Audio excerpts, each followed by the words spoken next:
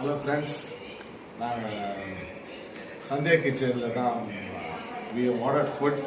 ஒரு ஈசிஆர் ரோட்டில் வந்து we come for farm house for weekend. அங்கே வரும்போது அந்த ஃபார்ம் ஹவுஸில் இருக்கவங்களே சஜஸ்டட் ஒரு ஹோம் கேட்டர்ஸ் இருக்காங்க. அவங்க வந்து ஹோம்லியாக இருக்கும், அவங்ககிட்ட நான் ட்ரை பண்ணலான்னு சொல்லிட்டு. ஸோ அதனால் அப்படி தான் எங்களுக்கு வந்து சந்தியா கிச்சன் வந்து தெரிஞ்சிச்சு.